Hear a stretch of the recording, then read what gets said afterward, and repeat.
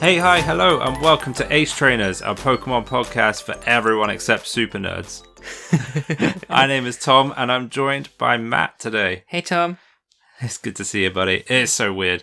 Aaron's not here today. We're doing this one without him. It's like a payday reunion. It's really cool. Matt was originally my co-host on my older Pokemon podcast, Payday. And it's been 2 years. It's been a while, hasn't it? Since we've done a podcast. It's really crazy. It's been a long time. It has been a really long time. So yeah, how you doing, Matt? Not too bad, thanks, buddy. How you doing? I'm pretty good, yeah. We've already, this is like so much preamble. We've already like chatted so much today. We've already been on like a dog walk. Like we've hung out. We've talked too much Pokemon. I was like, we need to stop. We need to save till we record. Like, it's need to save it. I feel like we've already spent all of our energy talking about Pokemon. So this is going to be like nothing. Like we have nothing left to talk about. It's so good. But if you listen to this episode, we are going to be talking about the competitive side of Pokemon today, because I've been doing it for a few years, not like very seriously, but I suppose this year I kind of got really into it. But you've only just really got... I was never into competitive at all until this new game came out. And I don't really know what drove me to get into the competitive side, but I just got hooked. You like start to see beyond the the stats, and you like start to break down like, oh... You start to see Pokemon in a different way, because you look at a Pokemon and think, oh, its stats are going to be terrible. Yeah. Actually, it's got a pretty good moveset. This could come in handy. It's like peeking behind the curtain at Pokemon it gives for you a how whole they new work. look on, and like you suddenly start to like, it's like looking in the Matrix. I'm using too many like analogies here, but like, it's like, breaking through the Matrix. It does completely like open your eyes up to like all the possibilities and things. And I feel like I've missed out on it for such a long time. It's where the game like truly begins to me. Like it's like there's two different games. There's Pokemon, the story, and the fun game where you go through and you explore and you like create an adventure. And then there's like the second part of the game to me, where it's like a whole new game, isn't it? Like, all over again. Where you start to really think about who your team's going to be composed of, and like how you're going to break it down, and like it's fun. Like I love it. It's one of my favorite things. And I've only just really got into it like in the last couple of weeks, I would say. And like I've gone hard on it this week. Yeah. Like, because I knew you were coming and we both were like, we need to have a battle. And I was really surprised because I remember like, I think it was about 2 weeks ago, I said to you, we should have a battle soon. You were like, yeah, I've been building a competitive team. And I was like, what? What?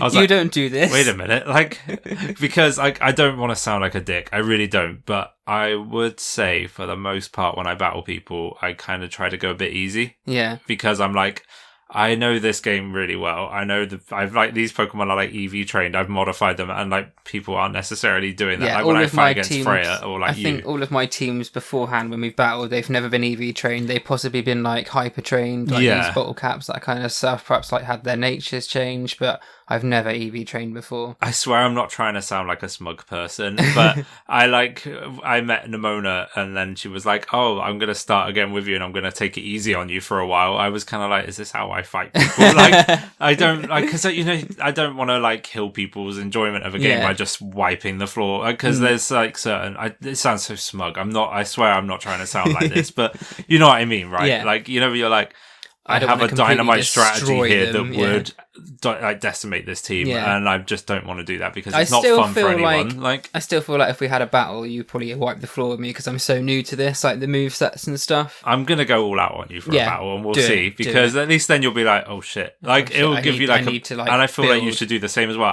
I think before we battle, we're gonna talk about who our teams are, and we're gonna tell each other. I think we should keep held items a secret. Not all of my Pokemon use held items, only a few of them. Okay, so we can always think about that. We can keep that a secret if you'd like to. Just because I feel like you don't want to part everything. And like maybe keep movesets a secret, and then we'll just like talk about who we're using. Like one or two moves, but you can keep a few secret if you want some tricks. I don't mind. I'm happy to. I just don't want to like... Yeah, you know what I mean. Like, I want to be a little bit surprised by what happens. Like, well, let's keep some surprises, and I think that'd be fun. So yeah, Matt and I are going to talk competitive, like our competitive stories, our journeys, who the Pokemon are that we've liked this generation and through Scarlet and Violet, and then we're going to kind of close out with a battle and just see how we get on. All-out battle. Yeah, exactly. Destruction. Exactly. So I'm going to be absolutely annihilated, but we'll see. So would you say that like Scarlet and Violet was the start of your competitive like journey? I think it was, and I don't really know how I've dropped into it. I think I said to you previously, like earlier on today, I didn't complete the game until about a week ago because I just spent so much time wandering around trying to explore everything. Yeah. And then I started watching videos on YouTube and seeing like loads of competitive teams, and I was like, I want to build a competitive team. So then I started to look into like what you need, and then I realised you need to do like all the EV training, and I was like, I'm going to go back and start doing this before I take on like the Elite Four. Yeah. Which I probably should have waited until afterwards because I completely destroyed the Elite Four. I was going to say, did you find it helped? It literally just went through the Elite Four, and I was like, oh, I should have waited until afterwards because this was far too easy. Yeah. Yeah, exactly. But I kind of wanted like a set team to go through with. Sure. Like...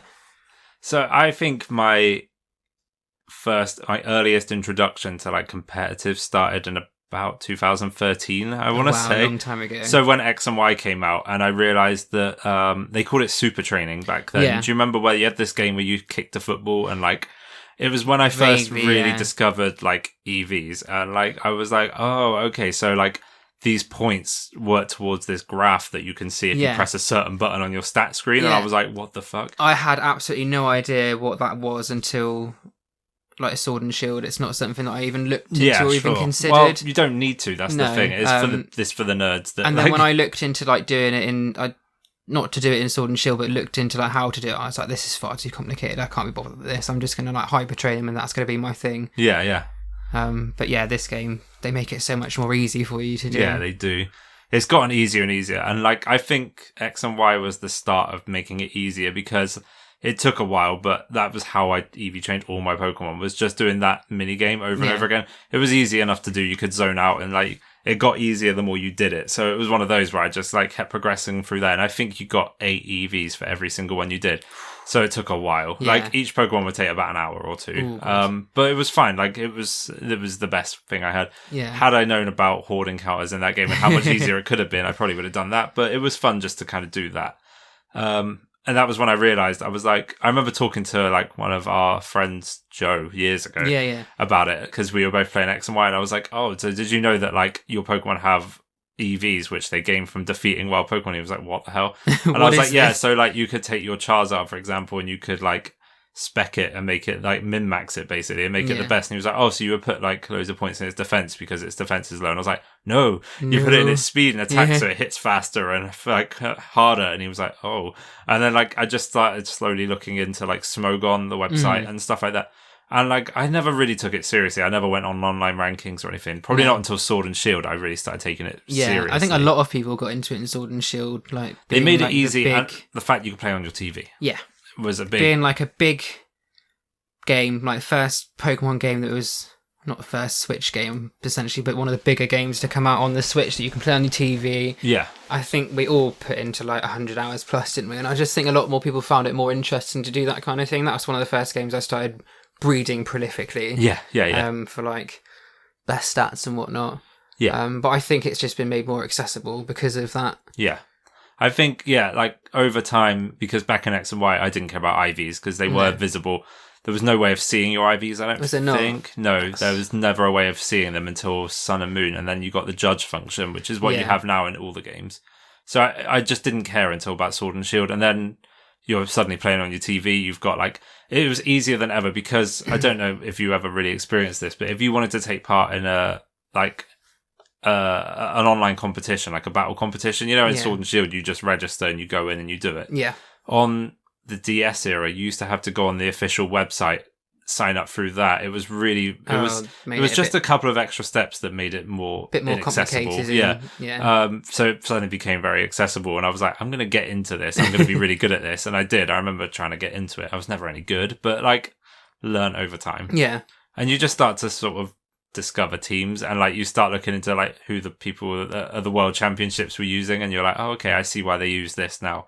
It was really fun. I just got really into watching. It's actually quite interesting, like looking back the last couple of weeks that I've been doing research and stuff, seeing the Pokemon that people use for teams and like looking at them and thinking, why have they used them? And then when they go through their sort of like the move sets and their stats, and I would never think to look at that Pokemon and think that's going to be an awesome Pokemon to use. But some of them are just so obscure, but are amazing. There's some that really take you off guard. Like the obvious, like infamous one is Sejun Park. Have you heard of this guy? Yeah. He won a few years ago with a Pachirisu. Yeah, that's one of the famous ones in Pachirisu. Like there's stuff like that where like I feel like there's the obvious ones that people bring that do really well. Like Zacian was like a huge deal in Sword and Shield. It was the best Pokemon for sure. And then there's just like someone will just throw you off a little bit by bringing some random Pokemon, and people just don't know how to answer it. Yeah. And they're like, what does this Pokemon even do? Because they've never experienced The one it. that blew me off on this, like when I first started doing like the online ranking things on Violet, was I saw a Murkrow on a team, and I was like, why not a Honchkrow? Like, why not the evolved form? And I was like, why the fuck are they using a Murkrow? And it absolutely wrecked me. And I was like, I did not expect that whatsoever. Yeah. Absolutely, just my team just got completely destroyed. And I was like, okay, I'm seriously underestimating people's teams and like what you they're need to capable like of. be careful. So now. then I backed out, and I was like, I need to do a bit more research on what you can do with these Pokemon, because I was not expecting that whatsoever. If you're listening to this and you don't know why Murkrow is so important at the moment, it's because we're in a state of Pokemon Scarlet and Violet where Pokemon Home hasn't become a thing yet. We don't know what Pokemon will be available in the future. They are bringing more out at the moment. They've had Charizard that wasn't in the decks. Yeah. They've had Cinderace that's coming up. Like, there's Pokemon that will be allowed in eventually that aren't in your Pokedex. But it's the ones that we're using currently, yeah. And as it stands, the only Pokemon that has Prankster, which gives priority to status moves, and Tailwind is Murkrow. Yeah. So Murkrow is super important because it has priority Tailwind, and it can set your whole team up These to are fast all sweep. things that I just didn't have knowledge of before, so I was completely oblivious to it, just thinking, like, I'm going to own this Murkrow, and was like, oh, I was so wrong. I don't feel as ready as you yet to get on the competitive ladder. No. I'm still working my way up to it, but I have been keeping a close eye on what people are using, and I was just as surprised as you when I saw Murkrow, and then I was like, oh, that makes sense. Yeah, that makes sense. Because, and it's got Haze as well, which... it's perfect for Dondozo, who's a big deal right now. Yeah, because Dondozo, if you don't know, works together with a Pokemon called Tatsugiri, and they come out together, and the Tatsugiri goes inside the Dondozo. Yeah. And then Dondozo doubles all its stats immediately. Which is such a weird concept, isn't it? Bonkers, Matt's got a really cool strategy we're going to talk about later for that, which he saw online, which I didn't know about until today. It's really interesting, actually. Haze just completely removes all of that double, so it just makes it a square one again, which is really important, I think, especially because it has priority on that move as well. It completely destroys any sort of setup that you've made. You're like, oh, okay. Yeah. That was a waste of time. So in Sword and Shield, Whimsicott was the one that you would use for that I saw role. a lot of people using Whimsicott's a really important Pokemon because it's got Prankster and it has that move. Yeah. It just makes a lot of sense. It's a very fast Pokemon, and Murkrow's probably not that great, but the fact that it gets priority means that you have to be using something with more priority, which I think is why I've seen a few people use Extreme Speed Dragonite, because it can Terra type into normal and then have double damage on the... It has an extra stage of priority over the Murkrow, so it can hit it before it becomes an issue. So it's so cool. When you this is what it is. We're in this interesting state where people are working out a really good strategy, and then people are trying to work out how to counter that strategy, and that's where you get things like suddenly a Extreme Speed Dragonite out of nowhere, and you're like, where's this come from? Dragonite's not been relevant for years, really. I find it amazing how people just come up with these teams and these strategies, and they think them up and build a team around it and make it work so well. It does, yeah.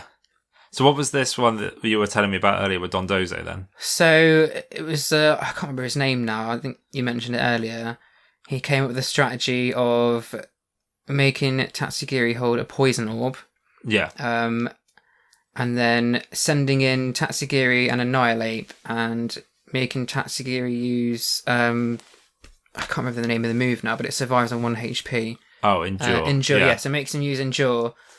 Makes Annihilate use Final Gambit on his own Tatsugiri. So what does Final Gambit do? So Final Gambit... Because I haven't used Annihilate yet. Basically, whatever your HP is on Annihilate will take that away from another Pokemon, but kill your... So it's like self-destruct. Oh, but it guarantees a certain amount of damage. It guarantees almost like a one-hit KO. So if you've got like a high HP stat on your Annihilate, it will almost immediately kill your That's opponent's really Pokemon. cool. And then I guess because Tatsugiri is used Endure. Yeah, it's got 1 HP left. So then he sends in Dondozo. Tatsugiri jumps in. Poison Orb kills it. So then you're allowed to send in a second Pokemon. But it's already given the Dondozo the double stats, yeah. So then he sent in Flamigo with Co-Star doubles its own stats instead again. Instead of it just being like Dondozo faces 2 Pokemon, it's then Dondozo and Flamigo. That's bonkers, isn't it? That's an amazing with the strategy. boosted stats, That's which I thought was scary. absolutely incredible. Genius. It's very scary. That makes Pokemon like Murkrow essential. In fact, it makes me think, right, I need to get myself a Murkrow, probably shiny hunt one, get a purple one. When he was doing the video, every time he saw a Murkrow on someone's team, he was like, no, this Murkrow could destroy my whole setup. That's really cool. That makes me want to put a team that's put together those 4, and then just 2 others that I can use. So if I see a team with a Murkrow, I go, okay, that strategy's out. Yeah, and we'll use this new strategy that involves Kilowattrel, which has Tailwind as well, and it's electric type. What did he have? He had 2 other Pokemon, Mousehold. Of course. And I can't think of it. It's like a really rounded ice type one. Titan. That's the one, yeah. Titan as well, like 2 backup ones. So he was using those as well. And I quite a good strategy with those as well. Okay. This guy, I think he won the world champion at some point. Yeah, I was about to say, so if you guys haven't worked it out, he's talking about Wolfglick, who that's the guy, we described him on a previous episode as the real world Leon. He's like the greatest trainer. Yeah. He didn't win last Worlds, but like he's won Worlds before. He's very, very, very good at Pokemon. Yeah. I was just listening to his strategy and like going through his setup with this team, and I was like, I would not even in a million years think to do that, and that's so clever. He's my number 1 source at the moment of competitive info for this game, and I really highly recommend everyone check him out. He's called Wolfie VGC on YouTube. Yeah, I've just subscribed to him actually because I'd had no idea who he was. Like I said, this is the first time I got into like competitive stuff. And it's so interesting to see what he does. Really good lists. He does rankings of Pokemon. Then he gives like a real competitive analysis. He has a lot of videos with him just playing online. Yeah. There's a really good video he put out last week that's about 50 minutes long, and he goes through every single Pokemon in this Pokedex and talks about which Terra type he would give them. That was really good as well. And it also explains why. Yeah. So it's not just like he doesn't just say this Pokemon this type, this Pokemon this type. He really goes into the details. Why it benefits. That was actually really useful. It's been a perfect source of knowledge for me. I've used that a few times. I've gone back through and I've been like, okay, what did he say about this Pokemon? I was like scrubbing through the thumbnail just trying to find the Pokemon. I was taking notes on my phone. Yeah, I have. I've written down notes on my phone like Mimikyu should be Steel type or Dark type. That's exactly what I did. I was like, right, this Terra type for this Pokemon. Yeah, I can't recommend him. Like a Pokemon genius. Yeah, I can't recommend him enough. Like, he is great, yeah. I don't know if there's anyone else I actually use. I mean, obviously I use Smogon as well. There's Smogon forums, which people post in quite a lot, and they talk about, this is what I would use for this. And, it's just handy to have extra people. One of the first videos I watched on like EV training and like getting the basics was Austin John's Plays. Oh, yeah. Checked out his videos. Yeah, he sort of went into like a vague description about EV training. That's where I started picking it up then. There's a YouTuber / Twitch streamer that I've been following for 4 or 5 years, I would say now, who's just gone from strength to strength, and her name is Sierra Dawn. Don't know if you've heard of her. She did a really good and very quick and like simple EV training video which I've used now, and it's her just talking about which places she goes to in the game to find the certain Pokemon she needs. So she was like, if you're looking for HP, go to this spot, you'll find Wooper, you'll find Igglybuff, and you'll find Azurill. And she was like, they are your HP ones. Yeah. You can fight these 3 in this area, and like just keep circling around, you'll find them. Did it for every single stat and was like, and it's easy. And then she was like, you need to knock out 28 with this item held. Yeah. And she was like, here's how you check. And I was like, this is perfect. Like, I already knew a lot of it, but it was just nice to have somebody tell me this is how to do it. The held items as well, because before I knew about the held items, it was like you get 1 point and you need to like 228 in HP. And I was like, this is going to take you forever. And then it's like, this held item will add +8. Oh, okay, this isn't going to take as long as I thought it was. Yeah. As I would like, this is going to take ages. No, this is so much easier. Can't recommend it enough. Yeah, using YouTube as a resource is super important. Yeah. I think what I thought was going to take hours to like fully EV train a Pokemon took me like 10-15 minutes. Yeah, I was like, this is actually so easy. Why have I not been doing this before? But like you said, I think it was slightly harder in previous generations. It was a lot harder. Made it so much easier in this one. I'll actually put in the notes of this show the YouTube video for Sierra, and I'll also put Wolfie VGC's channel in there. So if you guys want to check it out, you should. I really do recommend it. I would highly recommend it. It's incredibly informative and entertaining as well. Even if you're not interested in playing online, it's just fun to just sort of see how much stronger you can make your Pokemon just through using these methods that are in the game. I think the video where he goes through that team is his attempt at going through the online rank battles and getting to Master Ball ranking. And that's the team he used. Okay, that's really good. It is a good team. I can see why. At the beginning, he explains like what he's going to do and what Pokemon he uses, and that's where I got that. Well, that's where I got the idea from to tell you. But yeah, really, really clever. So they've made it a lot easier over the years. So I've talked about it a little bit on the podcast. You've known about it. I did a ribbon challenge a couple of years ago. I started it last year and finished it this year. I did a Flygon, and I moved it into Pokemon Emerald, and I had to EV train it in there. There's no power items in there. There's no...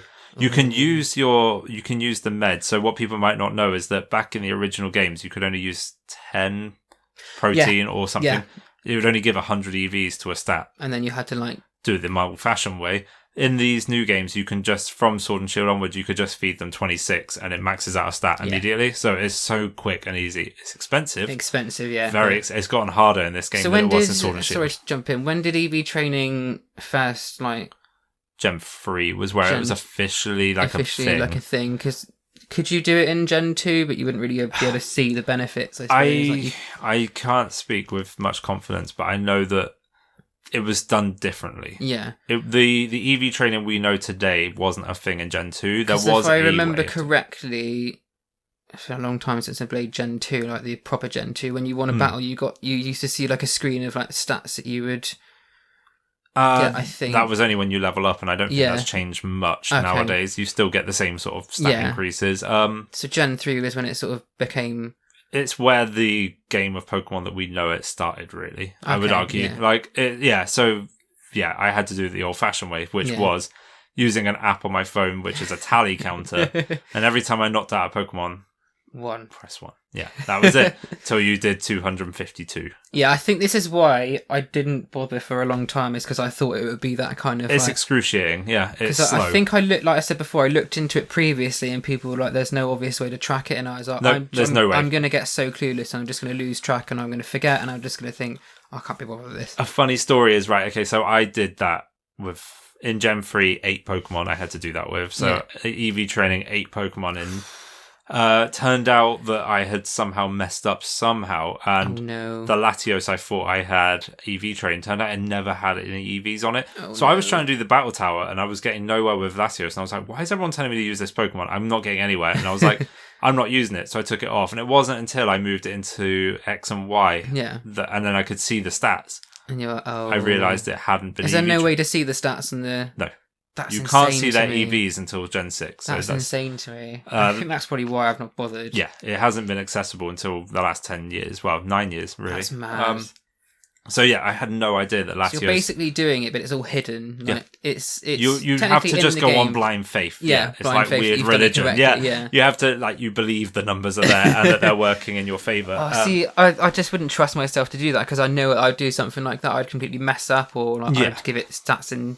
different things. And now I might be wrong, but in Gen 4 they did introduce the power items. Yeah. And again, I might be wrong, but I'm pretty sure they only did 4 per stat. Not they didn't do 9 they do now. They would give you 4 EVs per stat. I feel like a lot of the things have changed though, because the shiny rates were 1 in 8,000, now they're 1 in 4,000. So I feel like certain things they've kind of mixed around slightly. Yeah. All that EV training I did across all those games, I only ever found 2 shinies, which is insane. I found a Starly and I found a Wurmple, and that was it. And I haven't found anything else. Was the Starly the one that got away that one time? No. Oh, that was in Black and White too.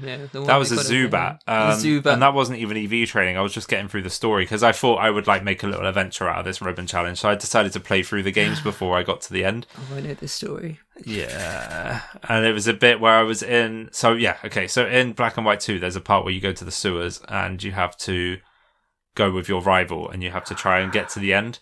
So the rival was with me, battling with me, and then a shiny Zubat appears and I'm like... I gotta get rid of this guy. Tried to kill his Pokemon and it's just attacking this shiny. You were like, no! I was 1 hit away from taking down this. I think it might have been a Servine he had, or maybe I had Servine, he had something else. He went first, knocked out the Zubat. I was so sad. I missed out on that shiny Zubat. I did find one eventually, actually, in Gen 4 later. Oh, you made up for it? Yeah, I've got a new one. So it's fine. But it will never replace that one. Yeah, the one that got away. Yeah, so was knocked out. Where was I? Anyway, EV training was a lot harder back then. Yeah. Nowadays, it's very easy. Yeah, it's gotten. I want to say it's actually gotten a little bit harder in this gen compared to Sword and Shield. But I think Sword and Shield's DLC made it easier. So there's a very good chance that eventually the DLC is going to make it easier again. Yeah, because you think in Sword and Shield's DLC, they added Dynamax Soup, so you could then add the Gigantamax factor or Dynamax, to all your other Pokemon. But yeah, it's hard to say. In the Isle of Armor expansion, they added vending machines that you could buy. Yeah. And they gave you a discount on bulk buying proteins and things like that. So you could buy 25 and it would cost less than what 25 would normally cost. I feel like money's harder to come by in Scarlet and Violet as well. I'm struggling with money. Yeah. I never seem to be rolling in it, you know? I don't.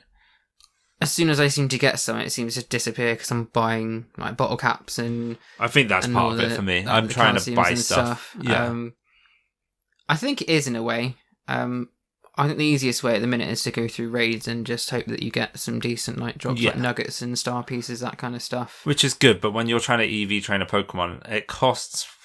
Right, so say you want to fully max out a Pokemon's attack stat. You need 26 proteins. Which is 260. 260,000 off the bat. So if you're trying to fully EV train speed and attack, you need 520k immediately. Like that's one Pokemon. That's 500,000 gone. I think that's why I did like the battling instead of the items. So yeah, this is the first time since Gen 4, 5 that I've decided to just take up of traditional EV training. Especially now because the power items give you 9. You only have to knock out 28 Pokemon. That's so much better than 252. Yeah. Which is what I used to have to do. Oof, yeah, no, that would... You would just knuckle down. You'd be like, right, just don't... I'm going to take an evening off and just be like, okay. Yeah, you're like, don't lose too much focus because you don't want to miss a count. And then if you miss a count, you're like, well, I'm glad I'm maxing this stat and not doing a set number like 128. You're like, okay, right, I just have to... Yeah. You just watch a movie and you just press the plus button every now and then on the tally counter and like... You'll get there eventually. You just don't think too hard. I can imagine spending that amount of time to do that. I went to do another ribbon challenge before Scarlet and Violet came out. I was like, maybe I'll do Gengar. And I actually did EV train it, but I was like, I went to do the Battle Towers again. And I was like, I can't do this. I just can't do this anymore. Yeah, it's not worth it. No. So yeah, it's a lot easier now. So yeah, EV training's gotten a lot easier. The fact that Pokemon remember their own moves now, really easy. That's really handy as well, yeah. So if you teach a Pokemon a move, you can go back in and relearn it. If you want to change your movesets around, it doesn't feel like they're punishing you as much for doing so anymore. I love the option as well that if you click on like the moves, you can either like forget a move, remember a move, or teach HMs, and it shows you all the HMs that it can learn. We never talked about this actually, but I really like the fact that you can ask your Pokemon for advice. Have you seen that? I love that. Yeah, I think about halfway through the game, I saw the option and I was like, ask for advice, and it was like, Pormot recommends to get rid of this move and learn this move, and I was like, okay, I'll do that. Go on then, I'll listen to you. I don't know if that has a positive or correlation on their happiness. If you ask it like 3 or 4 times, it changes. Oh, okay. Yes, because I was like, I wonder if it's like adamant that it wants to learn this move, so I tried it about 3 or 4 times and it does then suggest like different things, so I think it's just random. It could be random, but I wonder if you say yes to its decision, it helps its happiness go up or something, because I feel like it should. Possibly, right? You're asking your Pokemon how it feels about. Would you like to learn this move? Yes. Okay, then then you can have it. It must have some sort of positive effect that we don't know about, like you said, like friendship or must do. Right, it just feels like otherwise what's the point? It's just a little bit of fun, but it'd be nice if it felt like it was aiming towards something. Yeah, I thought that was a cool little thing to do, though. I like that. I have used it a few times, just if I'm a bit unsure. Yeah. I'm usually like, okay, I'll do it with the Pokemon once.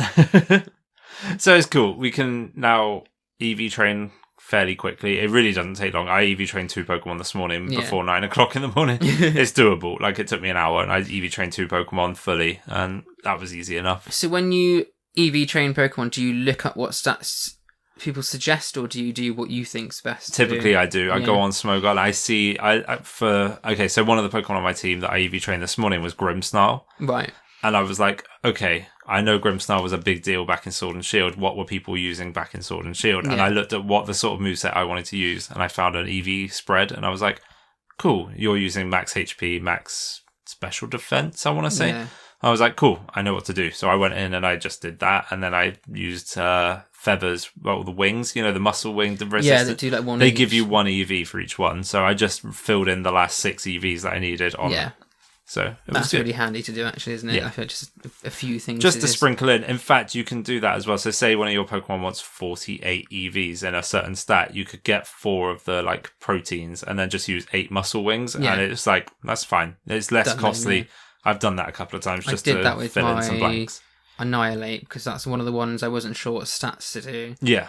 So I looked up an EV spread, and it's not just like max out this and that. It's a lot of different ones. Usually they explain why as well. The build that I'm using, That was one of the more complicated ones because it's like 108 HP and then like 46 defense and all this kind of stuff. I was like, this is going to be slightly more difficult. So I went and bought the right amount of items to use and then the feathers to use on top just because I didn't want to battle Pokemon with a held item. I was like, I'm just going to put items into this one just so I know what it's done. I definitely wouldn't recommend using the wings or feathers for just flat out upgrading stats because it's just used too many and it's not worth it. It's worth a top up and that's it. But the things like the weird EV spreads like that, usually they explain them, but sometimes they don't, and like they are built specifically for dealing with certain Pokemon. Sometimes you read them, you're like, why is it this? And then you'll read it and it's like, this amount of speed EVs gives it just the right amount to outspeed this certain Pokemon that's a threat to it enough, and then it gives you this move that you can knock it out with, and it's like this amount of attack EVs should deal this amount of damage, and like it's really, this is when you get, this is a level I'm not on, where it's like people are like working out like what Pokemon to take down. They do like battle simulations where they work out what percentage of EVs, and it gets a bit too mathy for me. I just looked into like a basic sort of setup for Annihilate because I wasn't sure how to use it, so I just followed that one.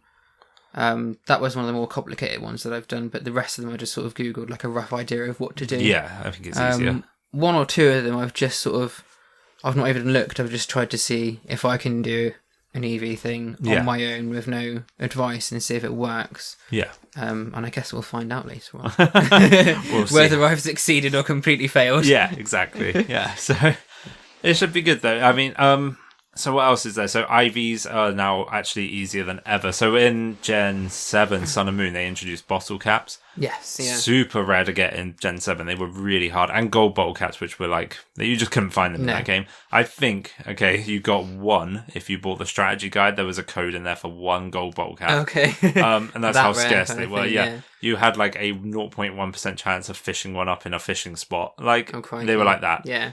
They made them a lot easier in Sword and Shield, but they still weren't easy. You had to do max raids, I think. Very sparse, weren't they? This game, they seem to be handing them out a lot more. You can buy them from find the shop. them, you can buy them, you can win them. Yeah. There's a lot of ways to get hold of them. I haven't really found gold bottle caps yet. I've not had a gold bottle cap. I know you can get them from the 6-star raids and the Charizard raid. You can do the Charizard raids again, you just can't catch it, but you can get the rewards for it. Yeah, I think I missed out on a lot of that this time because I only just unlocked them in time. So this time when Cinderace comes around, I'm going to probably start farming them a bit more for the EXP. That's probably the best one to do because that's, I think you get really good drops with the 7-star ones. That's but good. Yeah, I think the 6-star ones, you've got a very slim chance of getting a gold bottle cap. Okay. So there are ways, but the thing is they give you so many bottle caps. But don't even really need them. Yeah. So there's a guy in Montenegro, if you go to the Pokemon Center there, just next to the Pokemon Center, there's a guy that stood there with an Abomasnow. And if you speak to him, if you're Pokemon level 50 or higher, which is a new thing. Because it was 100 Sword and Shield, it was 100, yeah. and before that as well, they had to be level 100. Now they just have to be level 50. The barrier for entry getting so much easier. Because I find leveling up is even harder in this game. I feel like I don't know why. Even with the candies and the rare candies and stuff, it feels slower than Sword and Shield, and I think that's because the raids are harder. Yeah, you could do a raid. You could solo a 5-star raid with a level 100. In this game, you can't. I don't feel like it's a lot harder. It's very difficult. I feel like they've whacked up the difficulty for the raids and things. But it's frustrating when you lose. Yeah, when you get paired up with people that don't.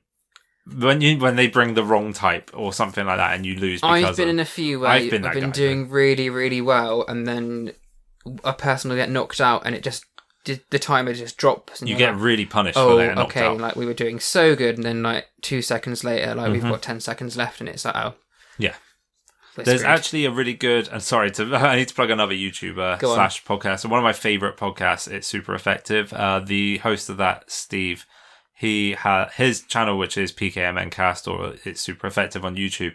He does a lot of content. He put out a video really recently with 6 Pokemon that he recommends that you could bring to any raid and do well in. Yeah. Really helpful. It's so good, actually. There's like Golden goes on there, Bellybolt, Blissey, like Grimmsnarl, like Pokemon that like you can see who your teammates are bringing, and then you can be like, okay, nobody's bringing like a Wall Breaker or like a Pokemon to help defense and buff up our team. I'll bring Grimmsnarl. Yeah. And like stuff like that. It was really good. He was the one that told me I should bring Dashbun to Charizard raids, and like I won that one perfectly. It was great. Like, it just makes sense. I see a lot of Iron Hands and Azumarill, which are good but also bad. I mean, if you want to use them, more power to you. But the Belly Drum you need to hope that your team are going to buff you up. Yeah. If I see people using those Pokemon, the first thing I'm thinking is I'm not going to attack the first turn. I'm going to wait till they've done it, and then I'm going to heal under the cheer heal, because they need that health back. Yeah. If they're going to be pushing themselves that far to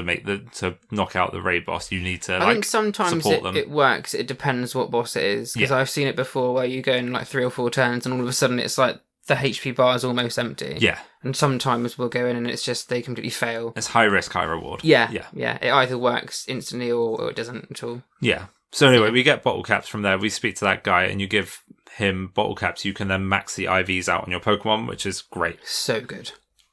Some Pokemon you catch, especially later in the game, come with perfect IVs as standard. A lot of them do. A lot of the raid ones do. The raid ones come with like 4 or 5. 6, yeah. I've got a few raid ones that have got 5. The Titan Pokemon, did you know you could go back and catch those? Yeah. If you catch those, they have 6 perfect IVs, or at least like really good. You know, they're not always perfect. I think they could be. I think the Bombardier I caught had like Fantastics instead of Best, but like still really strong high IVs. There's a really good chance they have like perfect IVs. IVs are really important as well. I don't know the maths about it. I'm not like I really enjoy this sort of stuff, but I'm not like one of these people that knows percentages and like breakdown of everything. But all I know is that IVs are super important. Yeah. Because you don't want to go into a battle against a Pokemon. If you were both fighting, if I brought my Annihilape and you brought your Annihilape, and my one wasn't IV trained, but yours is much stronger than mine. Instantly, and I'm at a disadvantage. So like in order to just be above the rest, you need to have your IVs. Yeah. So we've done EVs, we've done IVs, we've done... What else have we done? Movesets. So now Nature Mints as well. Nature Mints have also become a lot easier this game. I kind of love that, but I'm not sure how much, because they're so accessible. They're almost too accessible now. Yeah, but I kind of love that in a way. The same with like the EVs, although I guess I'm happy that the EVs and stuff in IVs, it's so easy to change. It almost feels like it's too easy, but then I think they hand it to you if on it was a bit too hard, I wouldn't have bothered in the first place. Sure, so. I think it's a good thing they make it easier. I mean, going on from like Sword and Shield, the mints and stuff were difficult to come by, or they were. Yeah. Could you buy them with? You had to buy them with battle points. That's it. Yeah, and they were quite difficult. To and get I think I mentioned that to you earlier, didn't I? Off podcast where I was like, in Sword and Shield, I used to take part in every single contest on like the every single tournament online because you got 50 battle points for every one. So I was like, I don't even have to do anything. I just have to take part in like a battle, and then I get 50, and I can buy a new mint, and I can sort out this Pokemon that I've been wanting to sort out. I can't remember which Pokemon I was trying to sort out. It's Nature. Yeah.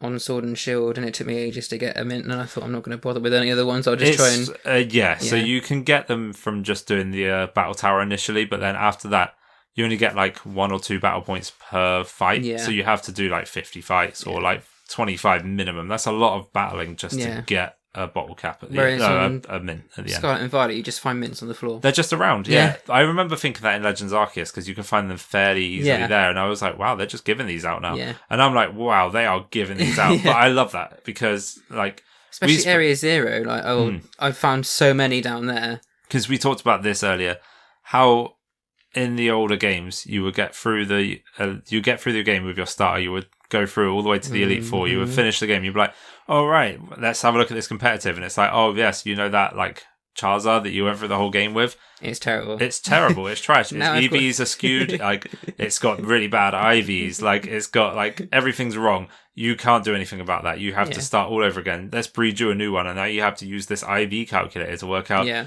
And now in this game, how much more accessible is it? I did this 2 days ago. My Meowscarada that I went through the whole game with, I was like, you could do with a little bit of some work. So I used the berries that you find in abundance. He's completely like resets all of its EVs except for attack and speed. That's really good as well. Topped them up. Because like you said, like you go through the game without the judge function, you have no idea. Yeah. And their IVs are just like all over the place, like completely abysmal. And the fact that you can just get berries and just be like, nope, get rid of them all and then start afresh. Yeah, so I got rid of everything except attack and speed because I knew that those were very important stats for Meowscarada. I topped them up because they already had some. Yeah. Finished those off and then went to this guy, bottle capped him, gave him an adamant mint. And then I was like, I know not everybody's using it now, but I was like, he has Protean as his hidden ability. I'm going to give him this ability patch I found. It's perfectly competitive now. And I was like, that's my guy. As well, is the ability patches. Yeah. that you can change their ability, it saves so much more time than like trying to breed for an ability or trying to catch the same Pokemon with a different ability. You can just completely make the perfect Pokemon with that Pokemon now. You don't have to like breed. You don't have to try and find a different one with a different nature. It's you so just much better. keep that Pokemon and just give it loads of drugs and make it exactly how you want it. Exactly. The ability patch was really new. That came out in like the last DLC for Sword and Shield, I believe. And that was a huge deal. It was like, oh, I can actually like this Litten now. It can now have Intimidate, and like it's just stuff like that. And you're like, this is so much better. Like, it just does so much more for the game. I think, talking from experience, I think it just opens up this whole different world for people like me that weren't interested at all. Now I can just get completely behind it because I'm like, well, it's all there. Yeah, you can buy some of it from the shop. You can win some of it in like rewards from the raids and things, and or just find them on the floor. Exactly. It's just so much more accessible. Yeah, so there's just so much you can do. Kind of get a bit of like a reward feeling for doing it because it's a Pokemon that you've gone through the game with. You don't have to breed for a new one, so you've got that attachment as well. You don't have, you feel that bond with the Pokemon that you started out with. Like I said, it's great that I can now say that the Grookey that I started out with, Sword and Shield, is now competitively viable. So is this Meowscarada. Like, there's Pokemon that I started out with in my original playthroughs that I'm like, you'll always be there now. It feels special to me. Whereas, like, a lot of the older Pokemon that I would have started out with in my older games, I would have left behind because there's no need to keep using them because they're not competitive or set up the way that I would want. It doesn't feel the same when you breed it for a nature and then you get like you hatch it from an egg. You don't have that same it's the same Pokemon, but you don't have that attachment because you've not played through the whole game with it. You've just hatched it out of an egg and then you just start investing time into it. I remember resetting Omega Ruby, I think, over and over again to try and get a Mudkip with like a jolly nature because I was like, I can EV train you with the super training from the beginning. I've got your nature. I don't care about IVs because I can't see them. Yeah. But like the amount of time I had to spend just doing that because it was so inaccessible. Because of a nature. Yeah. Whereas now you can just Now I don't. It doesn't matter. Yeah. My Meowscarada had a modest nature and I was like, oh, cool. And then I realised that's the opposite of what he wants. He does not want a modest nature. And now I'm like, that's fine. I fixed it. It's done. It's not an issue anymore. Like, it's perfect. Yeah. Love it. So yeah, I don't know what else there really is to talk about in regards of like learning competitive so much as just checking out other people's teams, looking at who's it's popular. Just a bit, if you want to get into it, you kind of need to do a bit of research, and it is a bit of a learning curve. There's a really great website I could point you to that I don't think I told you about before called Pikalytics. Okay. Pikalytics. I'm just going to quickly check that's right. It's a really good website that I used because, again, as part of my ribbon challenge, I had to get to master rank in Sword and Shield, which was a hell of a task. I took a rental team, which is another good idea I didn't think about. Yeah. Rental teams exist. People put their teams up online and you can try them out online. You don't own the Pokemon, but you have the team available for battle. So you can be like, I want to try this. And that's how I got to master rank. Somebody gave me a rental team that had a Regigigas and that's really cool. Weezing with neutralizing gas. So it lost its bad ability and was OP. And it Dynamax with max strike and it was just really strong. Like, it helped me get all the way there. So yeah, that's another good reason, or another good thing for people to try out if they want to get into competitive is like try rental teams, I suppose. Yeah, yeah, definitely. You get a good feel for it, and you get to, without having to invest tons of time into a competitive team, you get to see what all the fuss is about. I think a lot of research is probably a good idea if you have no idea what you're doing. And what I did was I jumped into the rank battles just to get a rough idea of if I was doing things right or wrong, and I got completely annihilated to begin with. So I was like, okay, I need to change my strategy and do a bit more research, but at least I didn't spend loads of time and then jump in and think, oh, no, I've been destroyed. Okay, so it's Pikalytics.com. Okay, Pikalytics.com is a really great website where it gives you statistics on what people are using online. Okay. Tells you who the most successful, who the most popular Pokemon are, and then tells you what the most popular movesets are, what the most popular EV spreads are, what the most popular held items are. Gives you an idea of what other people are doing, and you can be like, oh, cool. So I can tell you right now that the top 5 Pokemon being used in competitive right now are Golden Go at number 1. Yeah, I can see that. With 29.32% of all teams having it. Yeah. Murkrow, 27.69% of teams. Garchomp, 26.9% of teams. Yeah. Hydreigon, 22.3%. I've seen a team of those 4. And Amoonguss, 21.68%. Yeah. And then the 6th, if you want to just go for a 6th, Annihilate, 20.97. I've seen quite a few. I reckon that's a team. That's somebody's been using that team, and other people are like... The first one you said I faced, I think 3 or 4 teams of those exact Pokemon. Yeah, and for good reason. There's great reason to use all of them. They're all very strong. They usually send out Garchomp and Murkrow to begin with. Yeah, and it tells you that everyone's using Make It Rain, Shadow Ball, Protect, and Nasty Plot on Golden Go. Yeah. Its most common teammate, Murkrow, 53% of teams. It's great. It tells you everything you need to know. Terra types, 15% of people are using Steel, but 1.4% are using Flying, probably for that ground weakness. Yeah. Like, it's just really good. You can start to break down and see through the, like, what people are doing. It's really fun. I really enjoy using that as a reference. So I'll probably be back on there now because I haven't used it for a while. I'm going to go on there, I think. Picolytics, it's really worth using. So I recommend doing some research, having a look at your Pokemon.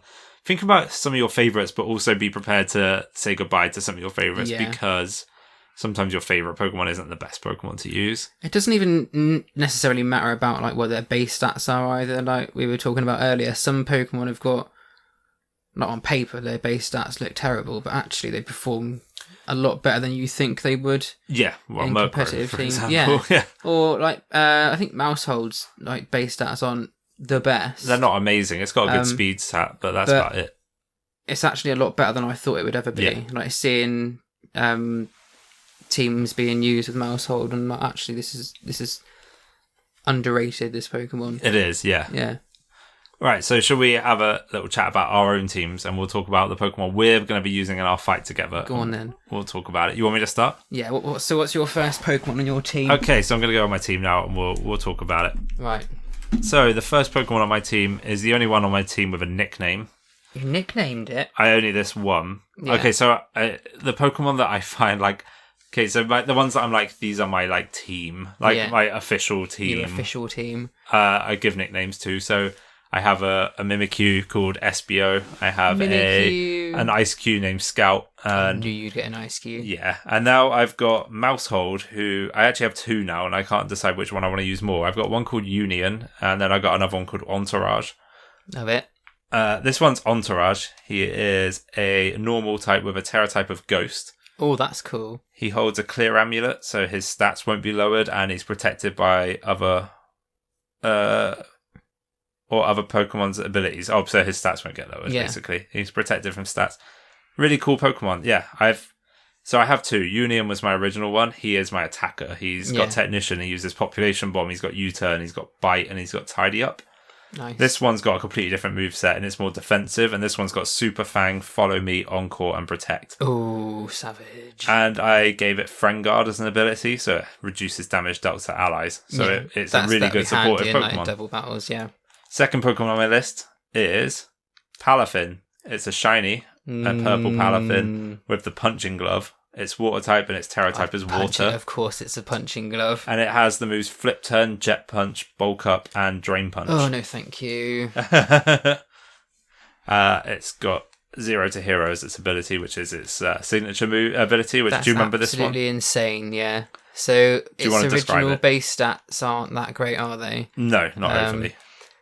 So it has to leave battle, and then you have to basically switch it out and then switch it back in, and then Hero to Hero, activates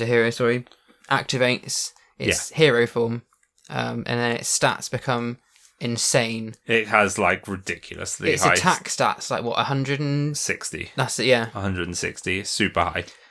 I didn't know that was a thing until recently when I did a doubles battle and someone sent one in, and I was like, What the shit is this? And then what just happened? Absolutely destroyed, and I was like, okay. I did not see that coming whatsoever. I need to get myself a Palafin. Yeah. I don't. I'm not on my team. I've got one, but... Okay. I didn't see that coming. So Pokemon number 3 is Golden Go, who I've said before is one of my favourite new Pokemon. I love that Pokemon, but I loved it before I realised how good it was as well. I hate it because it's so good. I just loved the idea of it. It's a Steel Ghost type with a Terra type of Ghost. I want to fix that to make it Steel eventually, but for now, Ghost is fine. Holding an air balloon, so it protects it from ground type moves. Its ability is insane. Good as gold, which gives it full immunity to other Pokemon status moves. Super good. I really like using it in raids as well because it basically blocks so much of what they can do to you. It also ignores status effects, so if they use Thunder Wave, it doesn't work. Yeah. It's just really strong. I found the only thing that works on it, because you can't like Will-O-Wisp or anything, can you? No. You can Salt Cure it though. Can you? Okay. Yeah, that works. Tried that in a battle, and I was like, okay, you can do that, but I don't think you can do anything else against it.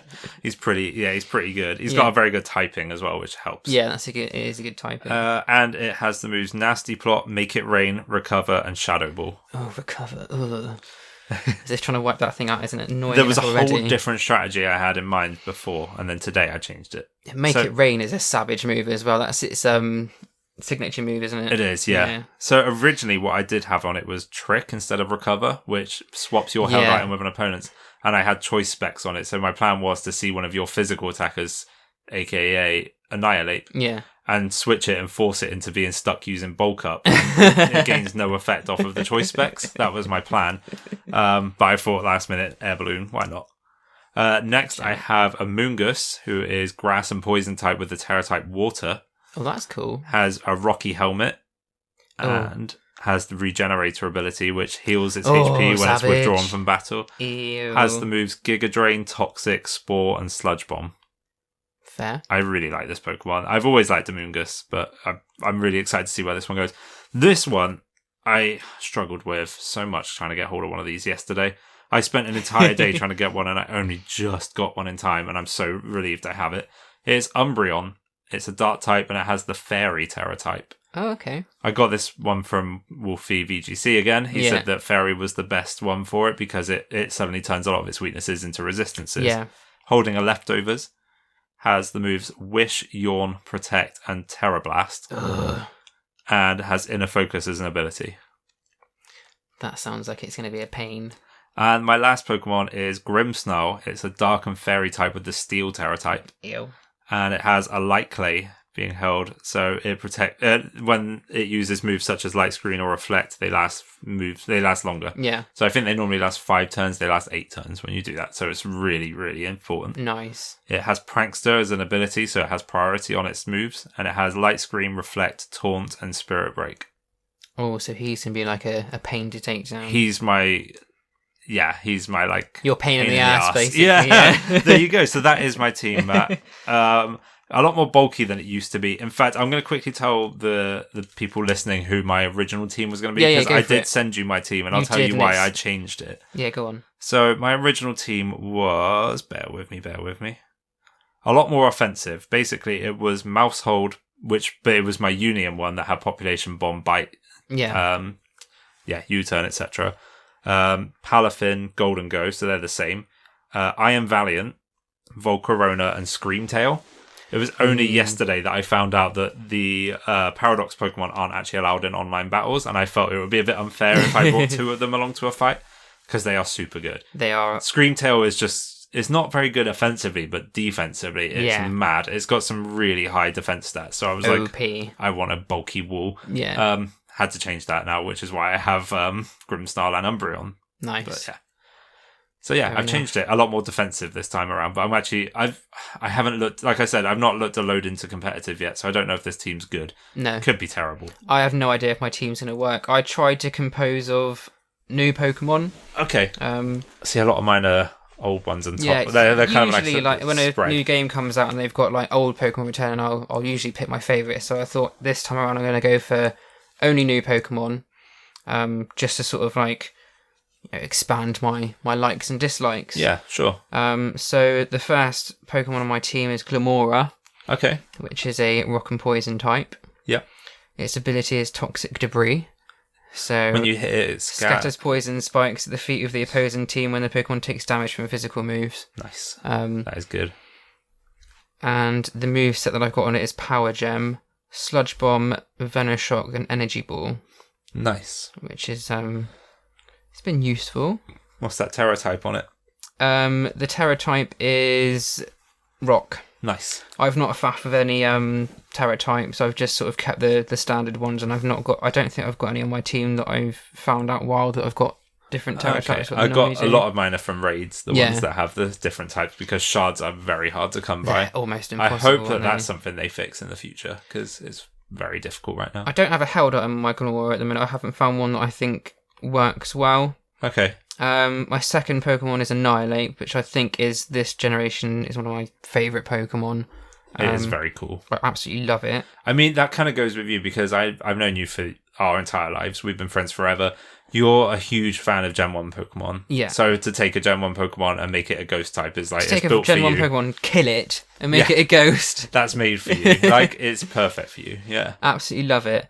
One of my absolute favourites at the minute. He is holding a Leftovers. Nice. He's got a Defiant ability. So if he takes any sort of lowered stats, then he'll boost his attack stat, which is really handy. Very good against Pokemon like Intimidate users. Yeah. It just like it reverses it and makes it better for you. Yeah. So I'm running him with Rage Fist, Drain Punch, Bulk Up, and Substitute, which I found.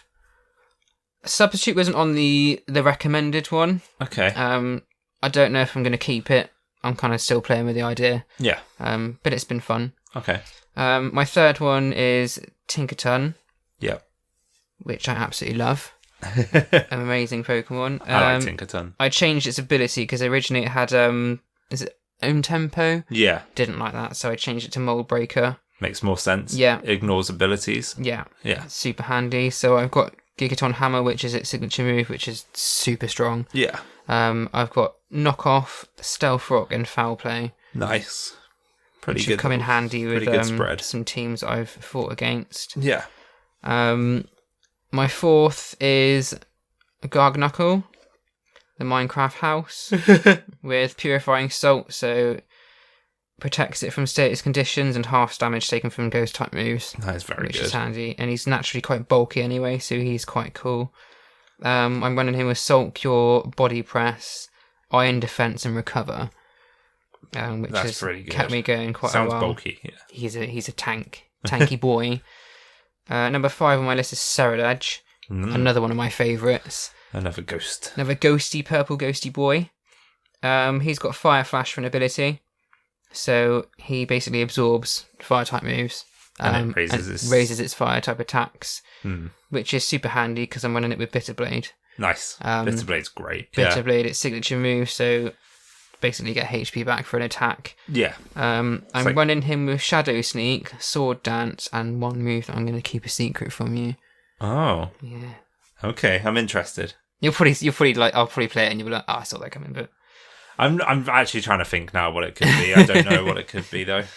And my last Pokemon is Pawmot. I didn't know whether to keep this one on the team or not. I debated. He was on my team all the way through the story. I was going to put in Cyclizar, but then I decided against it. Okay. I did a little bit of testing with Cyclizar, and I like it as a Pokemon, but it wasn't that handy. Yeah. So I'm running him with Revival Blessing. There it is. I knew it. I was like, he's going to have Revival Blessing. Complete broken move. Yeah. Which I can see getting banned very Only quickly. 2 Pokemon have that, Rabsca and Pawmot, yeah. And I don't know which one's better. I couldn't believe this is an actual move. So anyone that doesn't know what Revival Blessing is basically a move which acts as a revive. Yeah. So I can basically use Revival Blessing to revive a fallen teammate in battle. To half its max HP. To half its HP, which is good. Insane. Very good. That saved me in a few battles online, actually. It's fast, Pawmot. I would say it's probably the better user because it has a good speed stat. Like, you just use it for Revival Blessing and you could bring back, like, I don't know, something huge. I'm running him with Revival Blessing, which is going to be a nightmare. Electric Terrain, Volt Switch, and Thunderbolt. And he's got Volt Absorb as an ability. Nice. He's one I'm not too sure on. Electric Terrain's an interesting one. My held item is Electric Seed. Okay. So I'll drop the Terrain, get a defense boost. It's a good strat. I didn't know if that was going to... This is one I've not done any research on. This is one I was like, I'm going to try my own thing and see if it works. I like that. I respect that. So the EV or the IVs, the EVs could be completely fudged on this one. I'm not entirely sure, but we'll soon find out. Amazing. So him and I think Tinkerton was the other one I didn't research on. Okay. I knew to keep like Gigaton Hammer, but I haven't researched any like EVs and things to put onto it. I thought I'm just going to see what works. Okay. Cool. So it could go horribly wrong, Tom. So we're going to have a little battle now. We're going to see how we get on. We are indeed. And we'll be back very soon to let you know how that went. Let's do this, buddy. I'm excited. Let's do this. I'm kind of nervous. I'm kind of nervous. I'm not sure if it's going to work. We'll see. See who sent that first. This could be like horrible. Okay, so you just used your poison debris. Yeah. To set out some toxic spikes. Yeah. So that really leaves me with no other option but to send out a Moongus. Of course. Who will then get rid of the toxic spikes.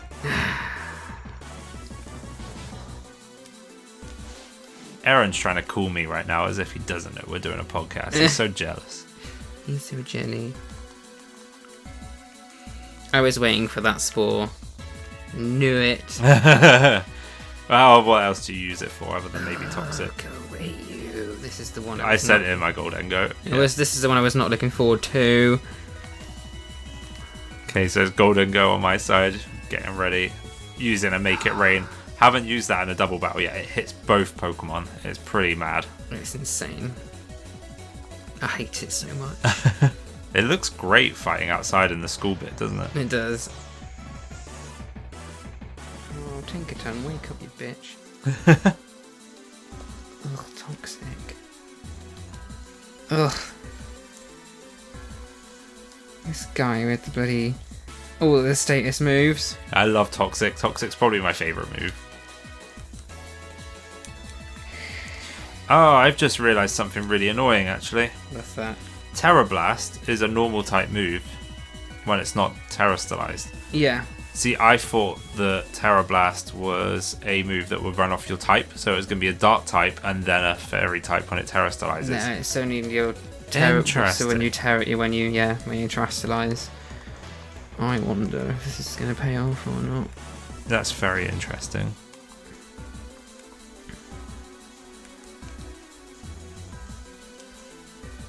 Okay, so I think I need to rethink that.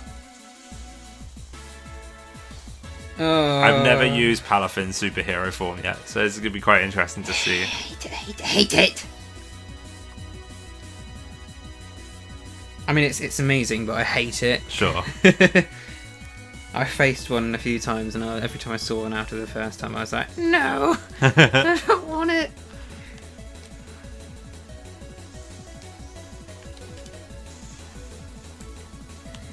Of course, it's not very effective. I wasn't aiming for that one in the first place.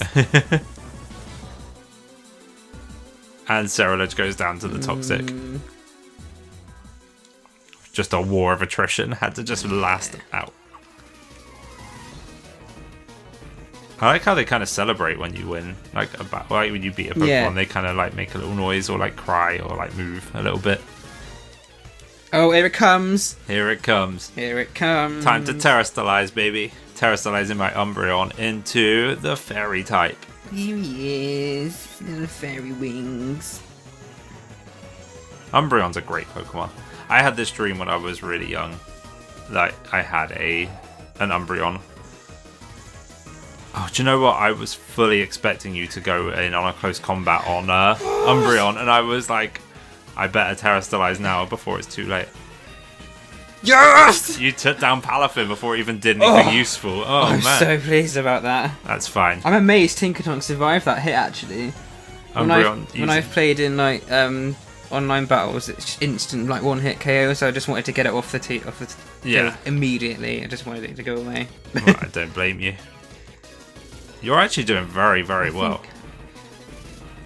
These two are the ones I haven't looked at strategies or EV trained at all, so I'm amazed that Tinkertonk's hanging on for so long. You're holding out very, very well. Tinkerton's got some decent defenses. Its attack stat leaves a little bit to be desired, but other than that, it's... Oh, here it is. Here it is. Make It Rain takes down Tinkerton finally and deals pretty good damage to Pawmot. Tinkerton's good. I'm going to definitely be trying out some Tinkerton. Here's my boy. There it is. Annihilate. Hang on, let me send in my second Pokemon. And Garganacl. Okay. Shiny again. My whole team of shinies. Rage Fist. The first time I've ever seen Rage Fist be used. Oh! Don't forget you hit me, so it's gone from 50 to 100. Okay, so we're dealing with a 100 base power move. Yeah. Oh, gets drowsy. take a Salt Cure just because I know it's annoying. So what does Salt Cure actually do? It's basically like a burn or a poison, so you just take damage each turn. Okay. Depending on the type, so I think water and flying types take double damage, so it basically takes, it's like curse, so it takes like a quarter of your damage per turn. Okay. So it's not necessarily that great using it on Umbreon, but it's just a little bit like a helping hand. It's the first move I usually pop in just to annoy somebody. Ugh, those stealth rocks are actually doing work. I kind of wish I had put Tidy Up on this guy after all. I'm going for a double protect on this turn because I know that you're going to sleep at the end of this turn, so I just need to outlast one more turn. I can deal with Garganacl later. Drain Punch, very good. Oh, okay, here we go.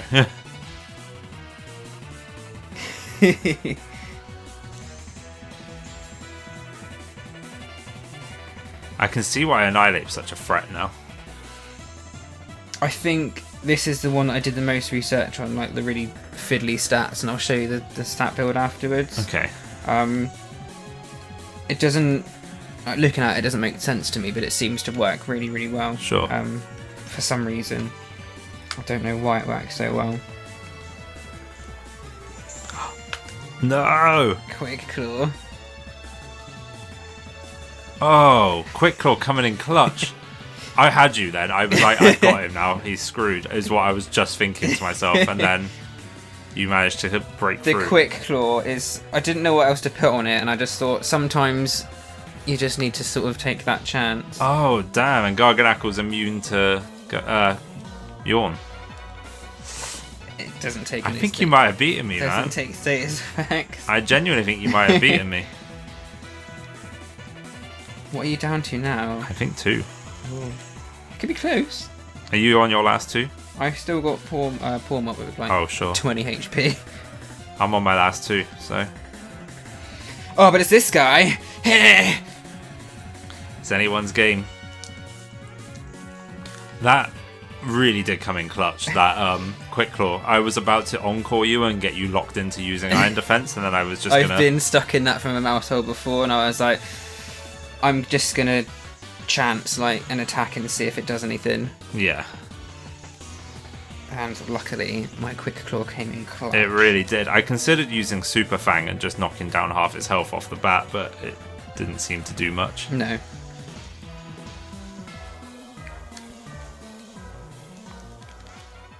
Gotta say, man, I'm very impressed.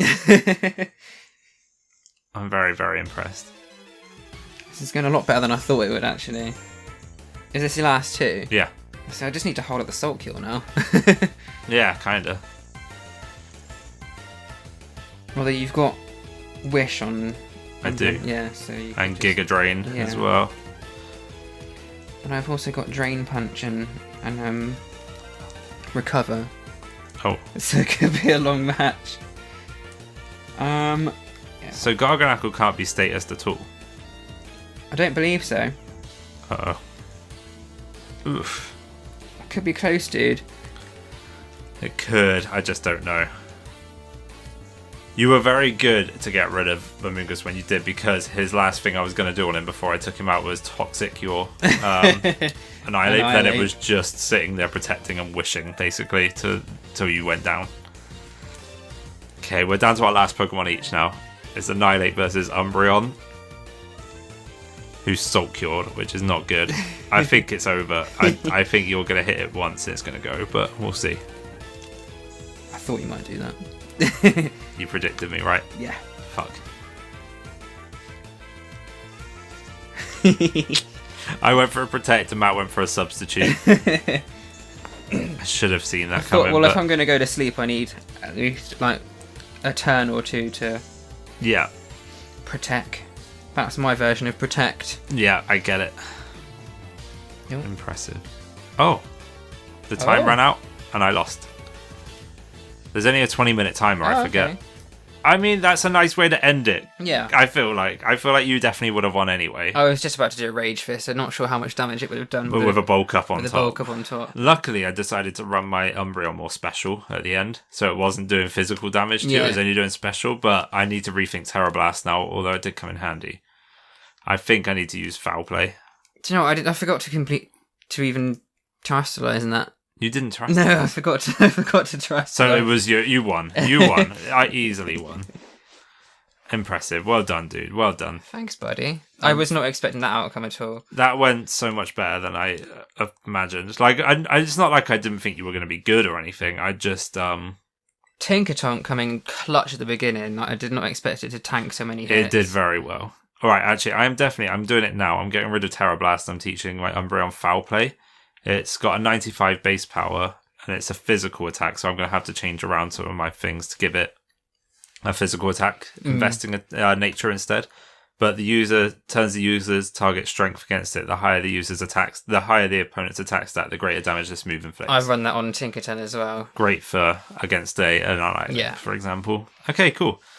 I was going to use Revival Blessing, but then I was like, I feel like it's cheating, so I just thought I'd just use a Thunderbolt. So you went easy on me after all that time. I feel like Revival Blessing's a bit of a cheat. I've got it on there just in case I'm like desperate, but I didn't want to run it. I'm impressed, dude. Like, the fact that I was like, I usually go easy on you, and you're like, I'm going to go easy on him this time. Like, I just felt like it was a bit cheap and cheesy. I'm impressed. I'm very, very impressed, dude. Thanks, buddy. I thought I was going to get completely like smashed to pieces. I'm quite happy with that. Yeah, you should be. You really should. That was very good. I was very impressed with that. Anyway, Matt, it was great having you back on. Well, back on, I say, but it feels like we've never left in a way. It's been nice to do this again. I've enjoyed this. You're definitely going to be back, right?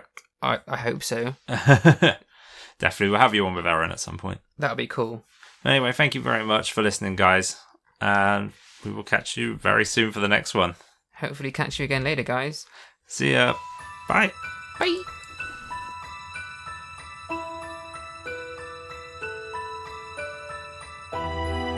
Thank you for listening to Ace Trainers, a Pokemon podcast. If you'd like to follow us online, we're on Twitter at Ace Trainers Pod. We also have a Facebook page and a YouTube channel, so join us on there. If you want to speak to either of us, our email is acetrainerspodcast@gmail.com. We hope to hear from you. Our intro music is Last Summer by Ixon, and our outro music is Snowbell City from Pokemon X and Y. See you on the next episode. Bye! Bye! Bye!